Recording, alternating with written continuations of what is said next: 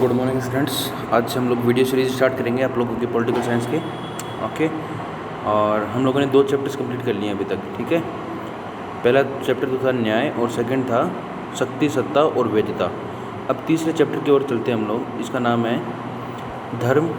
ठीक है, धर्म के बारे में जानेंगे। धर्म और राजनीति का क्या संबंध है, इनके बीच में क्या रिलेशनशिप है, ये देखेंगे हम लोग आज। ठीक है, बहुत सारे इंडियन थिंकर रहे हैं हमारे, महाभारत, रामायण, ठीक है, या फिर बहुत एपिक बुक्स भी हैं जो धर्म के बारे में बात बताती है, राजनीति के बारे में बात बताती है।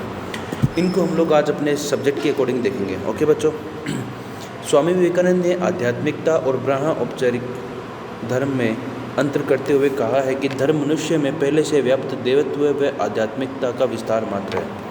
सभी धर्म गुरु और अध्यात्म को समझने वाले विद्वानों ने अपने मत एवं विचार के आधार पर धर्म और अध्यात्म की परिभाषा प्रस्तुत की है। Confucius, Moses, Pythagoras, Buddha, Mahavir Swami, Isa Masih, Mohammad पैगंबर, Martin Luther, kelvin, Guru Nanak, सभी ने मनुष्य की दिव्यता का संदेश दिया है। ऐतिहासिक रूप से विश्व के भिन्न भागों में काल, स्थान व संस्कृति के अनुरूप कई धर्मों का उद्भव व विकास हुआ। समय, स्थान और सांस्कृतिक व आध्यात्मिक परिस्थितियों के परिवर्तन से धर्मों में भी परिवर्तन आए। बाहरी रूप से सभी धर्म ने मूलतः एकता के बुनियादी तथ्यों एवं मूल्यों की बात की है। वर्तमान समस्या अलग अलग धर्मों और मतों में एकता स्थापित करने की चेष्टा है। डॉक्टर सर्वपल्ली राधाकृष्णन ने आध्यात्मिकता का धर्म का विकेंद्र माना है। उनके अनुसार धर्म का सार इस बात में निहित है कि यह आत्मा के उन्नयन के लिए आध्यात्मिक पक्ष पर बल दे और जीवन को धर्म निरपेक्षता की ओर अग्रसित करे। ठीक है, अब हम बात करते हैं राजनीति के अंदर धर्म की। ठीक है, धर्म का मतलब क्या है? पहली बात तो क्या है, इंसान का जब से विकास होना स्टार्ट हुआ, जब से इंसान ने अपनी बुद्धि का उपयोग करना स्टार्ट किया है, तभी से क्या है, उसने अपने कुछ प्रिंसिपल्स बनाने स्टार्ट कर दिए। ठीक है, कुछ उसकी मान्यताएं हो गई स्टार्ट। ठीक है, कुछ वो मान्यताओं को मानता था, किसी को अपना इष्ट मानने लगा।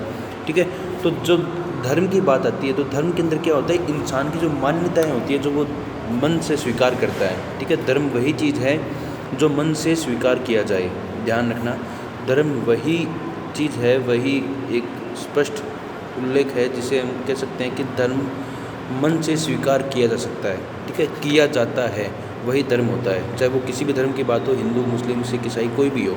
ठीक है, उससे कोई भी फ़र्क नहीं पड़ता। ठीक है, बहुत सारे थिंकर्स ऐसे हमारे सबसे पहले आए हैं, ये स्वामी विवेकानंद। उन्होंने एक टिप्पणी की है, धर्म मनुष्य में पहले से व्याप्त देवत्व व आध्यात्मिकता का विस्तार मात्र है। स्वामी विवेकानंद क्या कहते हैं कि जो धर्म है वो इंसान की आत्मा के अंदर पहले से है।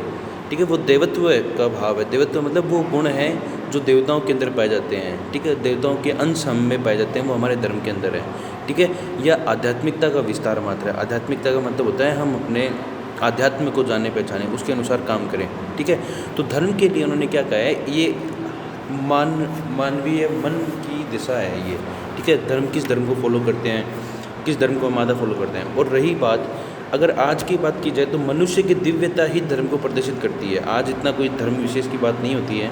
ठीक है, मनुष्य की जो दिव्यता है उसी को हम लोग धर्म विशेष की बात समझ करके काम करते हैं। ठीक है, अब दिव्यता का क्या मतलब है? दिव्यता का मतलब है वो सारी मान्यताएं, वो सारे प्रिंसिपल्स, वो सारे सिद्धांत जो हम अपने मन से स्वीकार करते हैं। जैसे बता रखा है कि चाहे धर्म कोई सा भी हो, ठीक है, चाहे परिवर्तनशील हो या फिर कोई भी हो धर्म, ठीक है, वो अपने कुछ मान्यताएं स्थापित करता है और उनके अनुसार पालन करने वाले वो लोग उसी धर्म के लोग कहलाते हैं। ठीक है, अब कुछ लोग हैं, परिभाषा दी उन्होंने, जैसे Confucius, Moses, Pythagoras, Buddha, Mahavir Swami, Isa Masih, Mohammad पैगंबर, Martin Luther, kelvin, Guru Nanak, सब ने अपनी अपनी धर्म की जो व्याख्या दी है, उनके अंदर मनुष्य में दिव्यता की बात ज़रूर की है। ठीक है, क्योंकि किसी भी धर्म के अंदर आपने सुना होगा कि किसी भी धर्म के अंदर इधर उधर की बातें नहीं सिखाई जाती है। सभी धर्मों के अंदर मनुष्य की दिव्यता या फिर जो आध्यात्मिक गुण है या फिर जो नैतिक गुण है, जिससे हम लोग अपने आचार व व्यवहार को सुनिश्चित करेंगे। ठीक है, सो समाज के अंदर हमारा आचार व्यवहार किस तरीके से देखा जाएगा, किस तरीके से हमारा आचार होगा, किस तरीके से हमारा व्यवहार होगा, किन चीज़ों की हम पूजा करेंगे। ठीक है, किन को हम लोग देव मानेंगे, किन को हम लोग महादेव या कुछ भी है, ठीक है, इस अल्लाह मान लो, जो भी है, किन को हम अपने ईश्वर के रूप में स्वीकार करेंगे, ये हमारे धर्म की बात है, ये हमारे मन की बात है। ये दिव्यता दिखाती है आपके मन की। उसके बाद में अगर बात की जाए तो आज के प्रेजेंट के जो टाइम की जो धर्म की बात है ना, वो धर्म क्या है? ठीक है बच्चों, एक बात ध्यान रखना, धर्म की अगर बात की जाए तो धर्म के ऊपर लगातार उपदेश चल सकते हैं 4-4 महीने तक, ठीक है।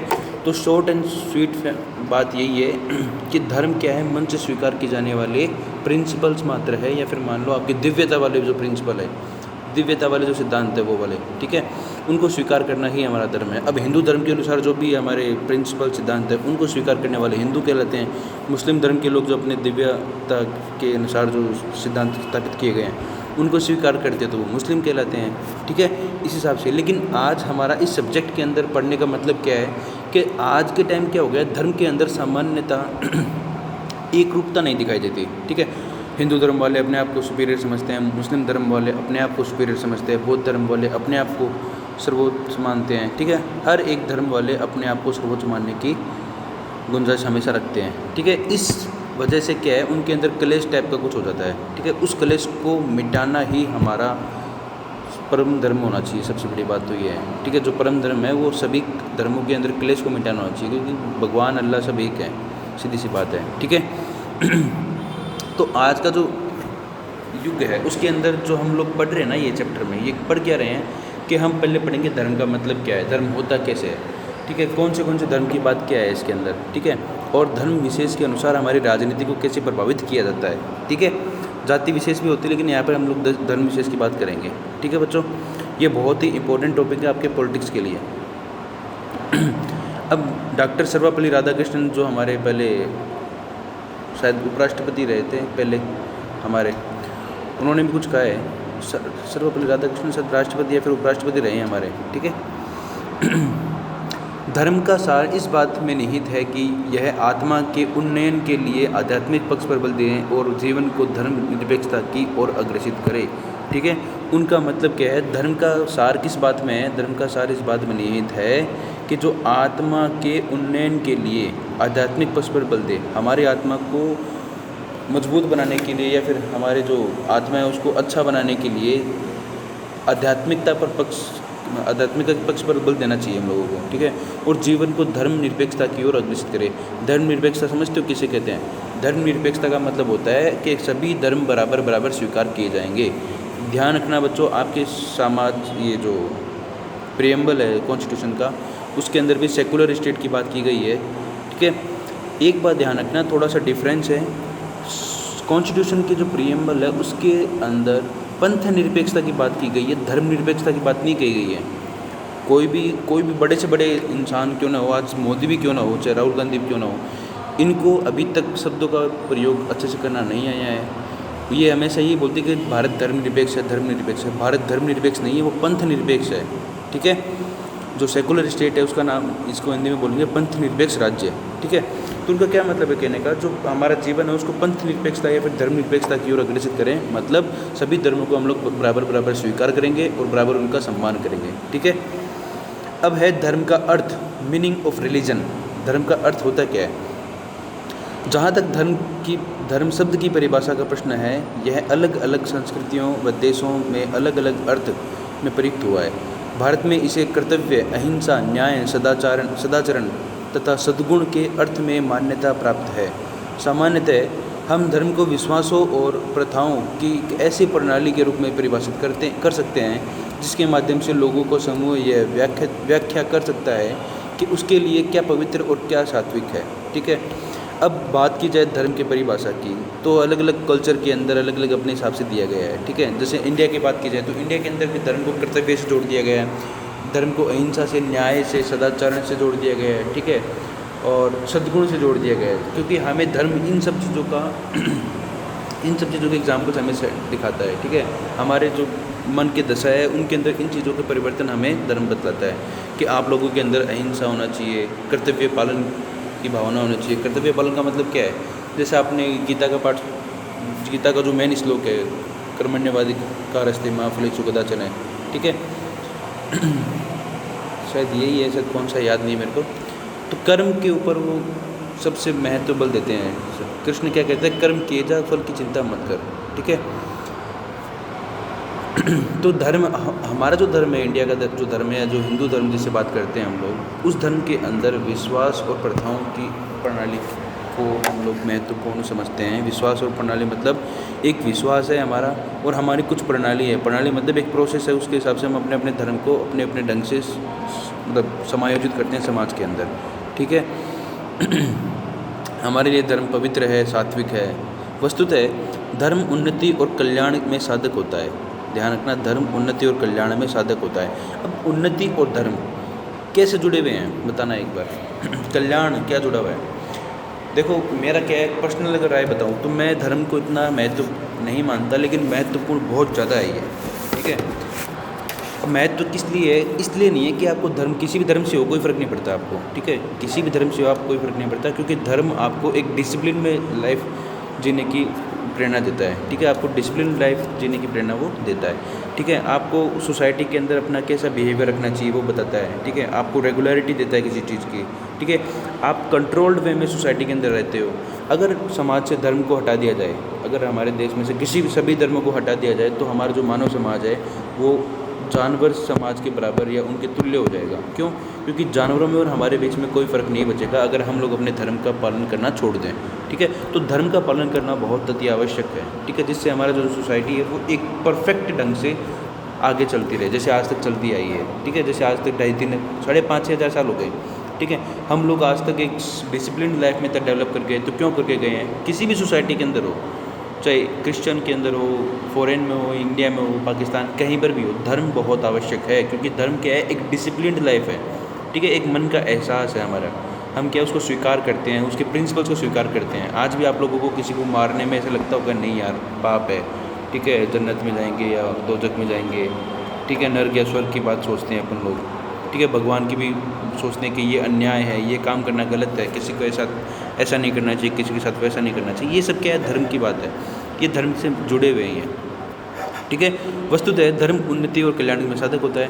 व्यक्ति का उच्चस्थ विकास स्वयं को जानना है। जब वह स्वयं को जान लेता है तभी परमार्थ में जुड़ता है। अब ये शब्द थोड़े कठिन है, ध्यान से सुनना इनको। व्यक्ति का उच्चस्थ विकास स्वयं को जानना है। व्यक्ति का जो बढ़िया सुपर नेचुरल डेवलपमेंट हो सकता है अगर, तो वो क्या है? खुद को जानना है। Knowing self. खुद को जानना क्या होता है? खुद को जानना मतलब क्या है? व्यक्ति को सबसे पहले ये देखना चाहिए कि हम क्या है। ठीक है। हमारा अस्तित्व क्या है। तुम यार ये लोग तुम बच्चों ये सोचो कि हम लोग अर्थ पे रहते हैं। ठीक है। अर्थ भी क्या है? एक बिंदु समान है। अगर ब्रह्मांड की बात की जाए तो अर्थ एक बिंदु समान है। पेन के डॉट जहाँ पे लगती है ना, उसके समान है। और उसके अंदर भी हम एक बिंदु समान भी नहीं है। तो सोचो हमारा अस्तित्व क्या है। मानव समाज के अंदर हमारा एक इंसान के रूप में अस्तित्व क्या है। जैसे कीड़े मकोड़े कभी भी मछली जा सकते हैं, ख़त्म हो सकते हैं, वैसे ही हमारा अस्तित्व है। ठीक है। तो हमारा अस्तित्व पहचानना पड़ेगा हमको सबसे पहले। ये धर्म बोलता है हमें। ठीक है। उसके बाद में हम अपना डेवलपमेंट कर सकते हैं। ठीक है। हमको क्या है? अपना स्वयं, जैसे क्या है सभी धर्म को बोलते हैं, स्वयं को इतना बढ़ा दो कि सब सारा समाज इसके अंदर समा जाए।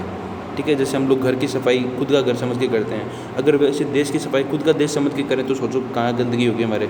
ठीक है। तो वैसे ही धर्म के अंदर क्या है? स्वयं की भावना उत्पन्न होनी चाहिए, आपके स्वयं को जानने की भावना उत्पन्न होनी चाहिए। उसके बाद में ये है, मैं ये जो स्टार्टिंग का मीनिंग है ना, ये बहुत आपको डीपली समझा रहा हूँ। उसके बाद में आपको ऊपर ऊपर से समझाऊंगा सारा। ठीक है। आराम से समझ में आएगा बाद में। अंग्रेजी में धर्म का समानांतर शब्द रिलीजन है, जिसका अर्थ है आस्था, विश्वास अथवा अपनी मान्यता। रिलीजन का मतलब क्या होता है? मान्यता या किसी के अंदर विश्वास या फिर किसी के अंदर आस्था। ओके।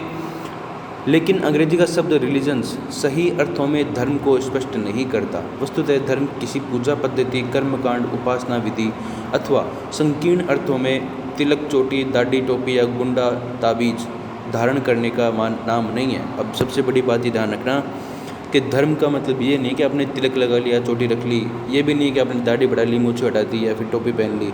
ये भी नहीं है कि गंडा और ताबीज़ रखो कि आप लोग। तो ये धर्म नहीं है। ये क्या है? आप धर्म का प्रदर्शन करने के लिए कुछ चिन्ह लेके आए हो, जिससे आपकी अपनी एक आइडेंटिटी बना सको। जैसे चोटी हो तो चोटी से पता चलता है कि हिंदू धर्म के हैं, ब्राह्मण हैं। टोपी और मूँछ गायब है तो पता चलता है कि ये मुस्लिम धर्म के लोग हैं। ठीक है।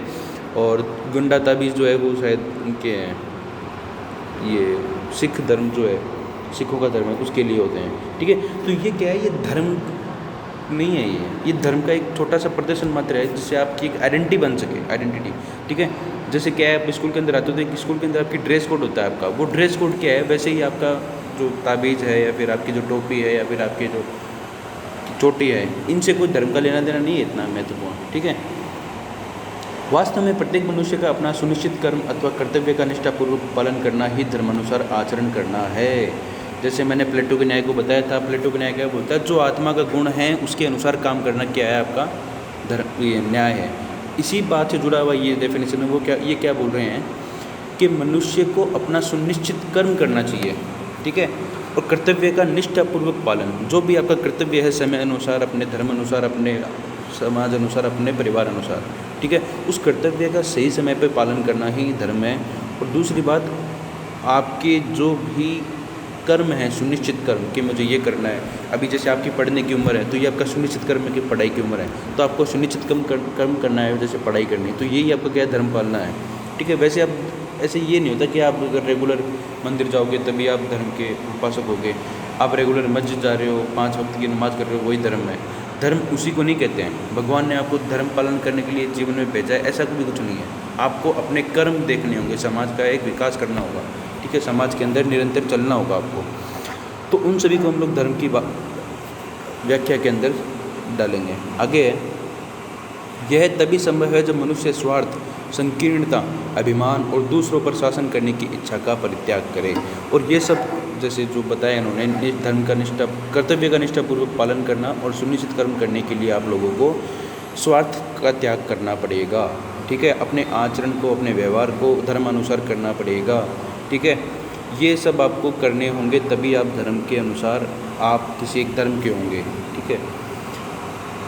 आगे क्या बोलते हैं, धर्म सर्वत्र पवित्र माना गया है, लेकिन धार्मिक पवित्रता सापेक्षवादी है। जिसको एक धर्म पवित्र मानता है, संभव है उसे दूसरे धर्म में गणना की दृष्टि से देखा जा सकता है। वास्तव में मनुष्य की यह निर्धारित करते हैं कि उनके लिए क्या पवित्र है, क्या नहीं। धर्म को एक ऐसी एकीकृत प्रणाली के रूप में भी परिभाषित किया जा सकता है जो अपनी प्रथाओं और विश्वासों में से एक समुदाय विशेष को नैतिकता से जोड़ता है। अब ध्यान रखना, नैतिकता तो चलो सबसे, जैसे मान लो जैन धर्म है, ठीक है, जैन धर्म के लोगों की नैतिकता क्या है कि किसी भी जीव को मारना नहीं चाहिए, ठीक है, लेकिन जब बकरा आई जाती है तो बहुत सारे जीव कटते हैं। तो जो बात एक धर्म के लिए खराब है वही बात दूसरे धर्म के लिए सही भी है, ठीक है। जैसे मान लो हिंदू धर्म के अंदर कभी भी ऐसा नहीं हुआ है कि किसी ने बोला हो कि भाई बलि के अंदर आप बकरा चढ़ाओ या फिर आप बलि के अंदर किसी भैंसे को काटो, ऐसा कहीं नहीं लिखा गया है।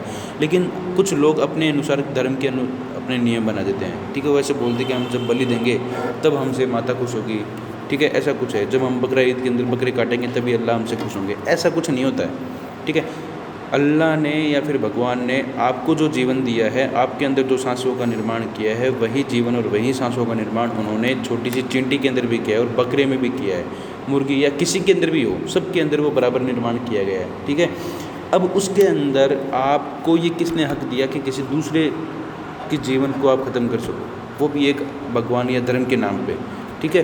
तो ये ध्यान रखना, धर्म कभी भी किसी को भी हत्या करने की स्वीकृति नहीं देता है, किसी की भी हत्या। धर्म क्या बोलता है, जीव सभी बराबर है, अल्लाह के लिए सब बराबर होते हैं। इसका मतलब ये नहीं कि आप अल्लाह के बनाए हुए या फिर भगवान के बनाए हुए किसी भी चीज़ को, किसी भी वस्तु, किसी भी जीव को, ठीक है, आप अपने मर्जी से ख़त्म कर सकें, ठीक है। तो ये भी धर्म की बातें नहीं है। धर्म के अंदर नैतिकता होती है, अहिंसा होती है, ठीक है, हिंसा का उसमें पूर्णतया परित्याग होता है, ठीक है बच्चों।